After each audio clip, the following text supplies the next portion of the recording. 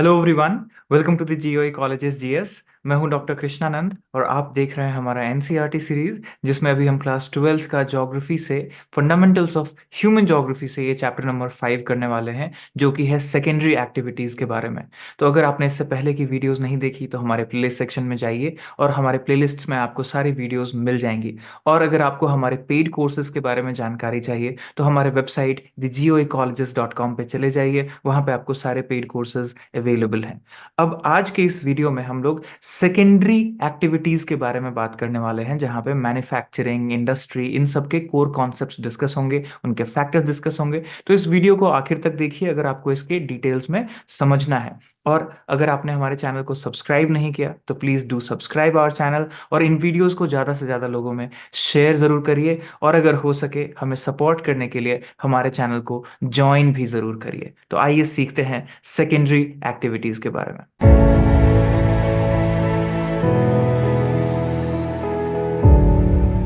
तो जैसा कि आप देख सकते हैं, ये है हमारा चैप्टर नंबर 5, और इकोनॉमिक एक्टिविटीज में आज हम इसमें सेकेंडरी एक्टिविटीज को डिस्कस करने वाले हैं।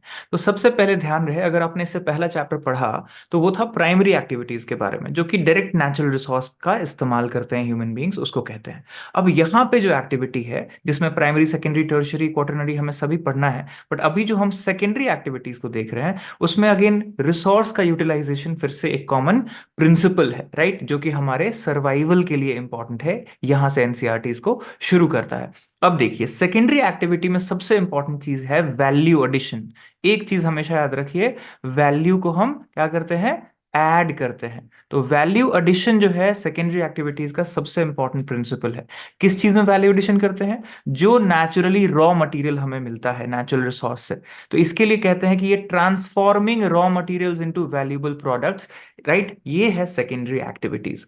तो अगर सिंपल मैं कहूं कि कॉटन जो है वो अगर आपको मिले रॉ फॉर्म में, तो उसको आप क्या करेंगे, कपड़ा कैसे बनाएंगे? तो पहले आप उसका यार्न क्रिएट करते हैं और फिर उससे आप कपड़े बनाते हैं। तो ये कॉटन जो है, रॉ कॉटन, उसकी जो कॉस्ट होगी वो हमेशा कम होगी फाइनल प्रोडक्ट से।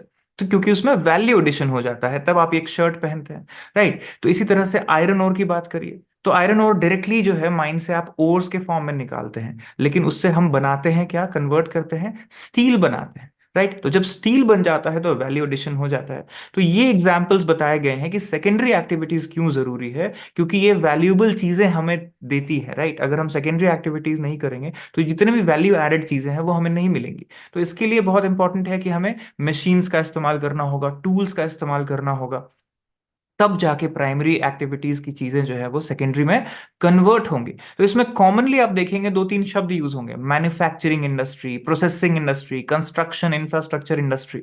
ये सब बहुत कॉमनली आते हैं सेकेंडरी एक्टिविटीज में। अब सबसे पहले देखिए, मैन्युफैक्चरिंग दिया गया है। अब मैन्युफैक्चरिंग का मतलब एक्चुअली लिटरल सेंस में देखिए तो होता था हैंडमेड, लेकिन अब ये मैन्युफैक्चरिंग मशीन मेड होने लग गया है। तो शुरुआती दौर में जो भी आप कहते हैं मैन्युफैक्चरिंग, का मतलब होता था हाथ से बनाया जाने वाला कोई सामान, राइट। तो यहां पे आप देखिए, यहां पे आयरन से स्टील बनाने वाला चीज जो है, से लेके प्लास्टिक से लेके जो स्पेसशिप बनता है, वहां तक ये सारा मैन्युफैक्चरिंग के अंदर ही आता है अब। और इसमें स्पेशलाइज्ड स्किल्ड लेबर लगता है फैक्ट्री में, और इसका एक स्टैंडर्ड कमोडिटी का प्रोडक्शन वैल्यू होता है, राइट। और यहाँ पे आप मॉडर्न पावर एंड मशीनरी की बात भी इसमें देखेंगे, जिक्र किया गया है। लेकिन अभी भी मैन्युफैक्चरिंग जो थर्ड वर्ल्ड इकोनॉमीज हैं, अंडर डेवलप्ड कंट्रीज हैं, वहां अभी भी लिटरल सेंस में ही लिया जाता है इसको, क्योंकि वहां पे अभी ज्यादातर कॉटेज इंडस्ट्री है या हाथ से बनाया जाने वाला लेबर इंटेंसिव इंडस्ट्रीज है, बहुत मशीनरी नहीं है। तो इंडस्ट्रियल रिवॉल्यूशन के बाद देखेंगे इन एक्टिविटीज का बहुत ज्यादा बढ़ावा मिला पूरे दुनिया भर में। तो अब आइए देखते हैं characteristics of modern large scale manufacturing, कि आज के दौर में साइंस एंड टेक्नोलॉजी का इस्तेमाल करके कैसे इसको बड़े स्केल पे किया जाता है। तो उसमें सबसे पहले क्या इंपॉर्टेंट कैरेक्टरिस्टिक है? Specialisation of skills.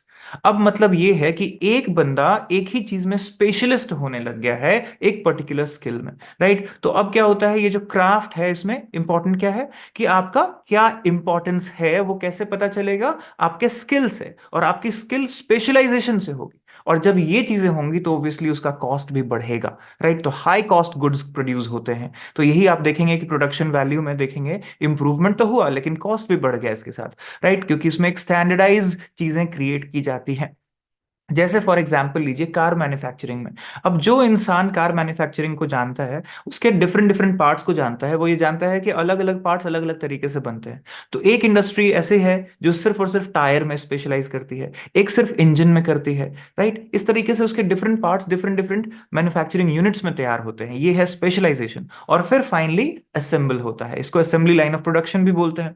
तो ये सब चीजें आज की डेट में मैन्युफैक्चरिंग में है। इसके लिए यहाँ पे एक बॉक्स में दे दिया गया है कि ये मैन्युफैक्चरिंग और ये मैन्युफैक्चरिंग इंडस्ट्री में फर्क है, राइट। तो बेसिक क्या था, मेड बाय हैंड, राइट, अब हो गया है मेड बाय मशीन्स। तो इसके लिए यहां देखिए कॉन्सेप्चुअली इंडस्ट्री क्या है, is a geographically located manufacturing unit. कहीं पे एक पर्टिकुलर एरिया में अगर कोई लोकेशन पे है, उसी को हम बोलते हैं इंडस्ट्री, राइट। लेकिन अभी इस टर्म का कॉम्प्रिहेंसिव इस्तेमाल आप देखिए कैसे हो रहा है कि स्टील इंडस्ट्री भी इंडस्ट्री है, केमिकल इंडस्ट्री भी इंडस्ट्री है, फैक्ट्रीज और प्रोसेसिंग इंडस्ट्री को भी हम इंडस्ट्री ही बोलते हैं। तो इसके लिए अब ये कॉमनली यूज हो गया है। इनफैक्ट इंटरटेनमेंट में भी अब इंडस्ट्री लग गया है, टूरिज्म में भी इंडस्ट्री लग गया है। तो ये एक तरीके से आप देखिए कि अब ये बहुत ब्रॉडर फ्रेमवर्क में इसको लेने जाने लगा है। अब आते हैं मैकेनाइजेशन पे, राइट। यानी अब यहाँ पे ऑटोमेशन की बात हो रही है, अब आर्टिफिशियल इंटेलिजेंस की बात हो रही है आज के दौर में। तो यहाँ मैकेनाइजेशन जो है यूसेज ऑफ गैजेट्स की बात है, राइट। आप नए नए टूल्स बनाते हैं, गैजेट्स बनाते हैं साइंस का इस्तेमाल करके, और ऑटोमेशन की तरफ जाते हैं, जो कि एक इंसान को एड प्रोवाइड करता है, सर्विस प्रोवाइड करता है, कि कुछ काम जो है आप सिर्फ फीड कर दीजिए मैकेनिज्म में और वो अपने आप हो जाएगा मशीन में। तो ये जो ऑटोमेशन है ये आपको देखने को मिलेगा न्यू एज इंडस्ट्रीज में, राइट। जहां पे फीडबैक और close loop computer control systems होते हैं, जिसमें आपको बहुत ज्यादा अपना इस्तेमाल नहीं होना, एक बार अगर आपने प्रोग्राम कर दिया तो वो अपने आप ही वर्क करता है। ये बहुत इंपॉर्टेंट है। तो अब देखिए इसमें टेक्नोलॉजिकल इनोवेशन की बात जो है वहां दी गई है। तो टेक्नोलॉजी जो है वो टाइम के साथ कितना बदला, आप देखिए पिछले 15 सालों में मोबाइल फोन्स कहां से कहां पहुंच गया। एक सबसे सिंपल एग्जांपल है, राइट। तो इसी से आप देखेंगे कि क्वालिटी का इंप्रूवमेंट समय के साथ, वेस्ट और इनएफिशिएंसी को हटाना, राइट, एफिशिएंट सिस्टम्स बनाना, एफिशिएंट गैजेट्स बनाना, और पोल्यूशन को भी धीरे धीरे कॉम्बैट करना, इसके साथ साथ यही बहुत इंपॉर्टेंट फीचर है मॉडर्न न्यू एज इंडस्ट्रीज का। अब देखिए इसमें आता है ऑर्गेनाइजेशनल स्ट्रक्चर एंड स्ट्रैटिफिकेशन। अब किसी भी मॉडर्न इंडस्ट्री का आप देखेंगे कुछ कैरेक्टरिस्टिक होता है, क्या क्या। तो पहला है कॉम्प्लेक्स मशीन टेक्नोलॉजी। अब ये बहुत highly scientific complex machine technology है, जो कि सिर्फ एक स्किल्ड इंसान इस्तेमाल कर सकता है। एक्सट्रीम स्पेशलाइजेशन चाहिए इसके लिए, राइट, लेबर्स का। और वास्ट कैपिटल चाहिए, बहुत पैसा इन्वेस्टमेंट लगता है। लार्ज ऑर्गेनाइजेशंस होती हैं जिसमें multiple hundreds of people are employed. और एग्जीक्यूटिव ब्यूरोक्रेसी होता है, यानी इसमें आपको एक हायरार्की मिलेगा, एक प्रॉपर चेन ऑफ कमांड मिलेगा। ये सब चीजें बहुत कॉमनली आपको ऑर्गेनाइजेशन में देखने को मिलता है। अब आइए देखते हैं कि ये अनइवन ज्योग्राफिक डिस्ट्रीब्यूशन दुनिया में क्यों है। तो यहां पे आती है बात कि एक तो रिसोर्स का डिस्ट्रीब्यूशन भी इवन नहीं है। तो पहला चीज तो यही है इसका, राइट। और दूसरा इंपॉर्टेंट है कि वर्ल्ड के कुछ कंट्रीज का कंट्रोल ज्यादा है, किसके ऊपर, साइंस एंड टेक्नोलॉजी और एजुकेशन के ऊपर। तो ये बहुत इंपॉर्टेंट रोल प्ले करता है, जिसमें हिस्टोरिकल एस्पेक्ट भी आता है। कॉलोनियलिज्म से लेके अब तक आप देखिए कौन से कंट्रीज डेवलप हुए हैं। तो आप देखिए यहां कहा गया है कि ये जो कुछ खास कंट्रीज हैं जहां पे ये मॉडर्न टेक्नोलॉजी मैन्युफैक्चरिंग स्टैब्लिश्ड है, ये कवर करते हैं less than 10% of world island area. लेकिन ये डील करते हैं कितना ज्यादा में, कितनी दुनिया को ये अपने प्रभाव क्षेत्र में लाते हैं, अगर आप देखेंगे तो इसमें आप देखिए कि टोटल एरिया कवर्ड में manufacturing sites are much less conspicuous and concentrated on much smaller areas than agriculture. लेकिन एरिया कम ले रहा है एग्रीकल्चर की अपेक्षा, लेकिन इन्फ्लुएंस कितना ज्यादा है ये आप गौर करिए, राइट। और कितने ज्यादा काम करते हैं एग्रीकल्चर फील्ड में और इसमें कितने कम करते हैं, ये एक कंपैरिजन आप देख सकते हैं। अब यहां बात किया गया है industries maximise profit by reducing cost. तो जब आप किसी चीज को स्केल करते हैं, लार्ज स्केल पे आप प्रोड्यूस करते हैं, तो धीरे धीरे उसका कॉस्ट मिनिमाइज होता चला जाता है। तब ये मार्केट वैल्यू में आप देखेंगे कि मार्केट में बहुत जगह पे ये मिलने लगता है सामान, और इसमें कॉम्पिटिशन भी बहुत है। तो industries should be located at points where production costs are minimum. तो कहाँ आपको लोकेट करना है, तो इसको पढ़ने के लिए एक थियरी है, weber industrial location theory, right, industrial location theory. तो वेबर का जो इंडस्ट्रियल लोकेशन थियरी था ये 1909 में दिया गया था, और बाद में इसमें बहुत रिवीजन भी हुआ। तो उन्होंने कहा कि ज्योग्राफिकली कहाँ लोकेट करना चाहिए इंडस्ट्री को, क्या प्रिंसिपल है। तो cost value, production cost, transportation cost, जहां पे आपको कम लगे रॉ मटेरियल का, और जहां से आसानी से मार्केट आप रीच कर पाए, वहीं लगाना आपको इंडस्ट्री चाहिए। क्योंकि इंडस्ट्री का एक मोटिव क्या है, profit maximisation, right, capital intensive चीज है, पैसा लगा रहे हैं तो पैसा बनना चाहिए। तो इसके लिए ये बहुत इंपॉर्टेंट है। तो इसमें देखिए क्या क्या है, एक्सेस टू मार्केट, कि इंडस्ट्री कहाँ लगेगा, तो सबसे पहले जहां से मार्केट तक सामान को पहुंचाया जा सके। तो मार्केट का सिंपल मतलब ये नहीं है कि ये कंस्ट्रक्शन है या एक पर्टिकुलर डीडीए मार्केट है। इसका मतलब है कि कहाँ पे लोग हैं, उसके खरीदार कहाँ हैं, राइट। तो आप देखेंगे पहले जमाने में ना वीकली मार्केट लगता था, अभी भी बहुत सारे एरियाज में खास करके दिल्ली एनसीआर में वीकली मार्केट्स लगता है, पूरे हफ्ते में एक दिन लगता है। तो थ्रेशोल्ड वैल्यू पहुंच जाता है डिमांड का, और उस दिन जाके सारा खरीदारी कर लेते हैं लोग एक दिन। ऐसे ही आप समझिए कि इसमें एक बात कही गई है परचेजिंग पावर का। अगर लोगों के हाथ में पैसा ही नहीं होगा तो परचेजिंग पावर कम होगा। तो फिर ये बहुत इंपॉर्टेंट है कि लोगों के हाथ में परचेजिंग पावर हो और डिमांड हो गुड्स का। अब कुछ क्या इंडस्ट्री कर रही है आज की डेट में, नए डिमांड्स क्रिएट कर दी हैं, नए नए सामान बना के न्यू टेक्नोलॉजी से। बट नॉर्मली जो बेसिक डिमांड है वो सस्टेनेबल होना चाहिए, तभी कोई इंडस्ट्री लगेगी। इसके लिए मार्केट की बात है। तो developed regions of Europe, North America, Japan, Australia, इन सब की देखिए आप कितने बड़े ग्लोबल मार्केट्स हैं और कितनी बड़ी परचेजिंग पॉपुलेशन है इनके लिए। तो ये बहुत इंपॉर्टेंट है। और खास करके इंडिया जो है वो कितना बड़ा कंज्यूमर स्टेट हो चुका है पूरे वर्ल्ड के लिए, आप समझिए कितना बड़ा मार्केट है हर किसी के लिए। इसके लिए हम इस बात को कहते हैं कि हर किसी को इंडिया में मैन्युफैक्चरिंग करनी चाहिए। तो गवर्नमेंट ने make in India programme launch किया, राइट। तो some industry such as aircraft manufacturing have global market. अब सोचिए, जो आप देखते हैं कि फ्रांस क्या बना रहा है, जर्मनी क्या बना रहा है, साउथ कोरिया क्या बना रहा है, ऐसे आर्म्स एंड एम्यूनिशन यूएस बनाता है, तो उन सबकी ग्लोबल मार्केट है, राइट। अब बात करते हैं रॉ मटेरियल का एक्सेस, कि इंडस्ट्री के लिए रॉ मटेरियल तो चाहिए, नेचुरल सोर्स चाहिए। तो वो कहाँ मिलेगा और उसका क्या वैल्यू है, यानी अगर आप बात करें industries which are based on cheap, right, सस्ता मटेरियल, हैवी मटेरियल, इनको आप देखेंगे वेट लूजिंग बोलते हैं। वेट लूजिंग का मतलब क्या, जब रॉ मटेरियल लेंगे तो वो 100 किलो लेंगे आप, लेकिन जब फाइनल प्रोसेसिंग हो जाएगा इंडस्ट्री में तो वो सिर्फ 5 किलो ही बचेगा, यानी इसने वेट लूज कर दिया यहाँ पे मैन्युफैक्चरिंग के प्रोसेस में।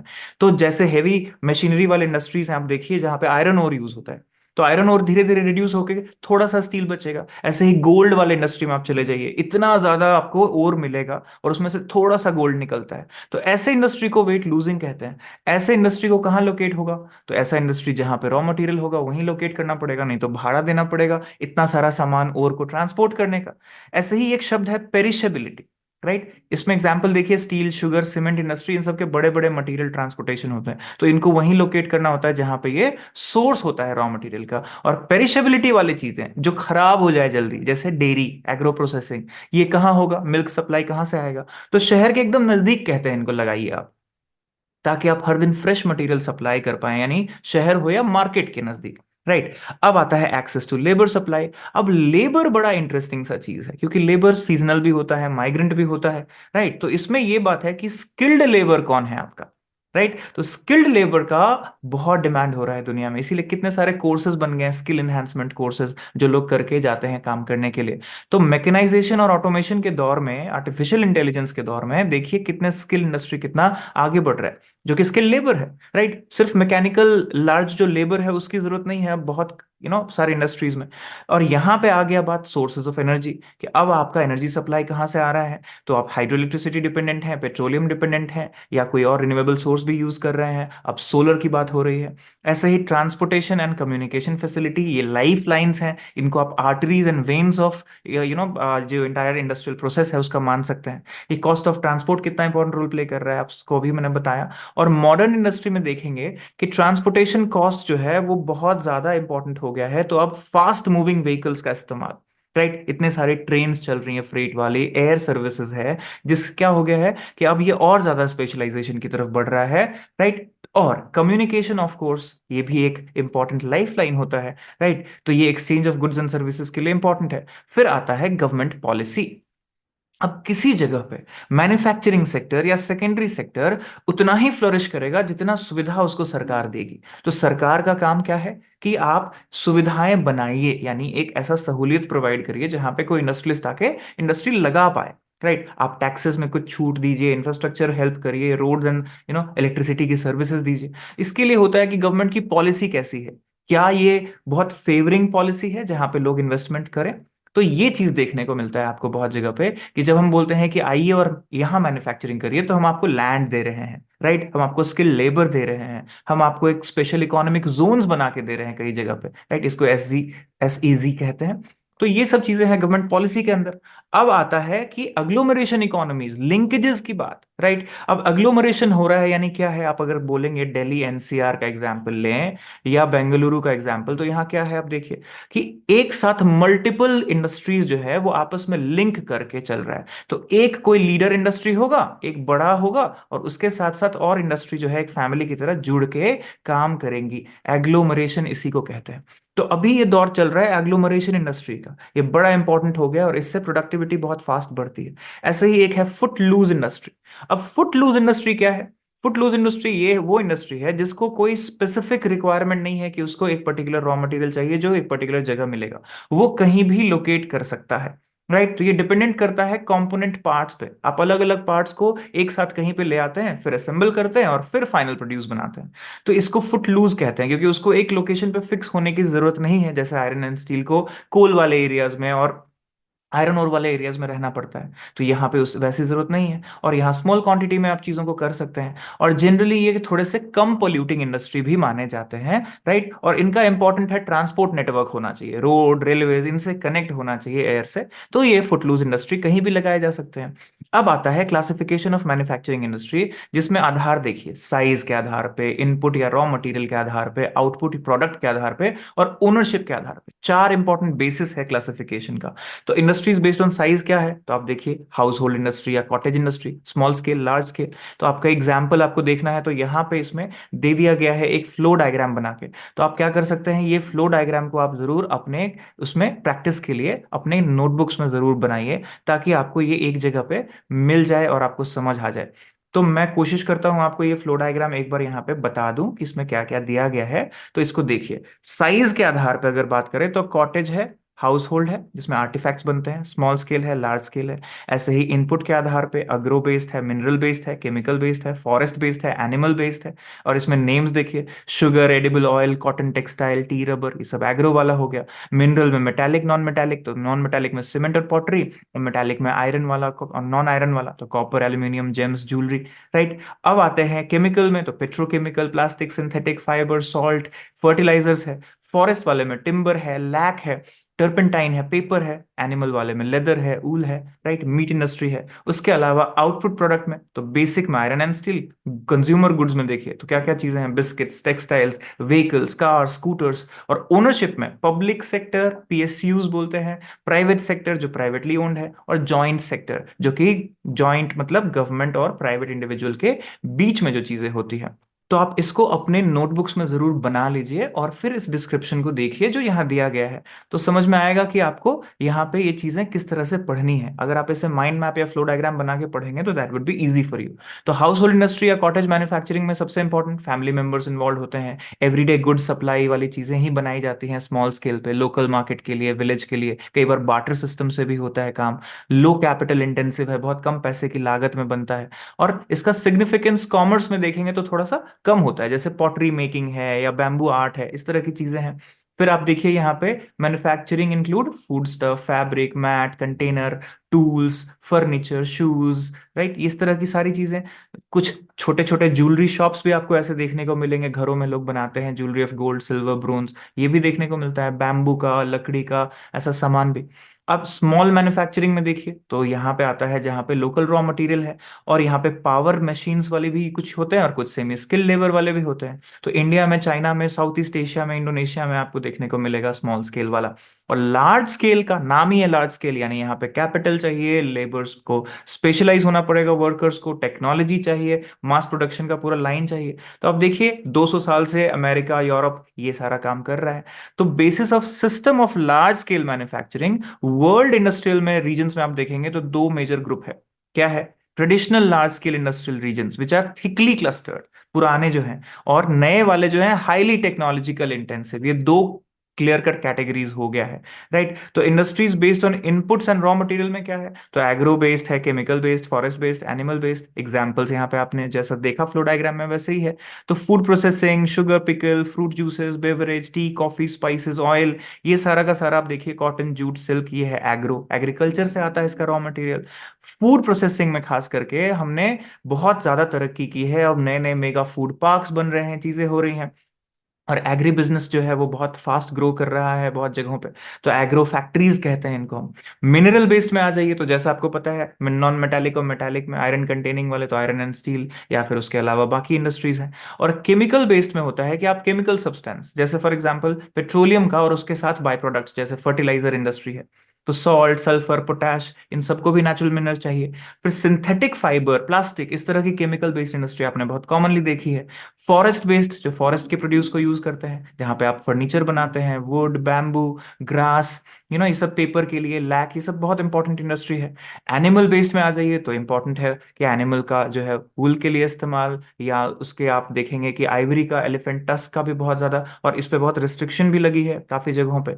अब आते हैं कि industries based on output product, कि क्या बना रहा है। तो उस आधार पे आप देखेंगे कि आपको मिलेगा एक बहुत इंटरेस्टिंग सा रिलेशनशिप, कि iron and steel industry machine बनाता है, टेक्सटाइल इंडस्ट्री क्लोथ बनाता है, तो आप देखिए ये क्लियर कट है। तो industries producing breads and biscuits, T, soap and toiletries, paper for writing, television, तो ये क्या हो गया, कंज्यूमर गुड्स, राइट। तो ये कंज्यूमर्स के लिए है डेली बेसिस पे। अब इंडस्ट्री बेस्ड ऑन ओनरशिप की बात करें, तो पब्लिक सेक्टर इंडस्ट्रीज जो है, जिसको पीएसयूज कहते हैं, ये बहुत सारे इंपॉर्टेंट चीजों में आप देखेंगे ये नाम आता रहता है। सोशलिस्ट कंट्रीज का ये फायदा है कि यहाँ पे मिक्स्ड इकोनॉमी जहाँ पे होता है, पब्लिक प्राइवेट को मिक्स करके पीएसयू का यहाँ पे सेक्टर एंटरप्राइज है। प्राइवेट सेक्टर जो प्राइवेटली ओन्ड है, कैपिटलिस्ट कंट्रीज में देखिए जैसे यूएस है और बाकी है, तो उसमें मिलेगा। और जॉइंट सेक्टर है जहां पे मैनेजमेंट जो है वो जॉइंट स्टॉक कंपनीज द्वारा की जाती है, जहां पे private and public sector together they work, right. ये बहुत इंपॉर्टेंट है। और concept of high technology industry जो है वो नया है, जहां पे research and development oriented professional white collar jobs होते हैं, हाईली स्पेशलाइज्ड इंडिविजुअल्स होते हैं, मैनेजमेंट प्रोफेशनल्स होते हैं, रोबोटिक्स का इस्तेमाल हो रहा है, अब ऑटोमेशन फुल्ली हो गया है। ये सारे जो है आपको कॉमनली कहाँ देखने को मिलेगा, फार्मेसी वाले में, हाईटेक इंडस्ट्री में, राइट। नए लैब, नए प्लांट्स, नया स्ट्रक्चर, ये सब क्रिएट हो रहा है। और हाईटेक इंडस्ट्री में आप देखेंगे कुछ ही खास लोकेशंस पे ही ये कॉन्सेंट्रेटेड होता है। और जब ये खास जगह पे होगा तो वहां का अर्बनाइजेशन बड़े टेक्नोक्रेटिकली चलता है, उसको हम टेक्नोपॉलीज भी बोलते हैं, हाईली स्पेशलाइज्ड एरियाज, राइट, इसको बोलते हैं टेक्नोपॉलीज, याद रहे। जैसे एग्जांपल है सिलिकॉन वैली, राइट, बहुत फेमस है सैन फ्रांसिस्को में सिलिकॉन फॉरेस्ट नियर सिएटल, इसका एग्जांपल है। ऐसे ही आप अगर बात करें गुड़गांव की या बेंगलुरु की, तो आपको इंडिया में देखने को मिलेगा कि ये बड़े इंपॉर्टेंट टेक्नोपॉलीज हो गए। तो मैन्युफैक्चरिंग जो है बहुत इंपॉर्टेंट चीज है वर्ल्ड इंडस्ट्री के लिए। सेकेंडरी एक्टिविटीज के बिना वर्ल्ड ठहर जाएगा, प्रोग्रेसिवनेस खत्म हो जाएगा, वैल्यू एडिशन बंद हो जाएगी चीजों में। तो आयरन स्टील हो, कि टेक्सटाइल हो, ऑटोमोबाइल हो, पेट्रोकेमिकल या इलेक्ट्रॉनिक्स हो, ये सबसे इंपॉर्टेंट मैन्युफैक्चरिंग इंडस्ट्रीज हैं पूरी दुनिया के लिए, राइट। तो मैं आशा करता हूं कि आपको ये रिवीजन समझ आया होगा, इसमें इंपॉर्टेंट चीजें और कुछ एक्स्ट्रा चीजें जो मैंने बताई बिटवीन द लाइंस पढ़ने की जरूरत है, वो सब बहुत जरूरत है अगर आप किसी भी कॉम्पिटिटिव एग्जाम में तैयारी कर रहे हैं। तो हमारे वीडियो को ज्यादा से ज्यादा लोगों में शेयर जरूर करिए, चैनल को प्लीज सब्सक्राइब करिए, ज्वाइन करिए और लाइक प्रेस करना मत भूलिए। मिलते हैं हम लोग अगले वीडियो में।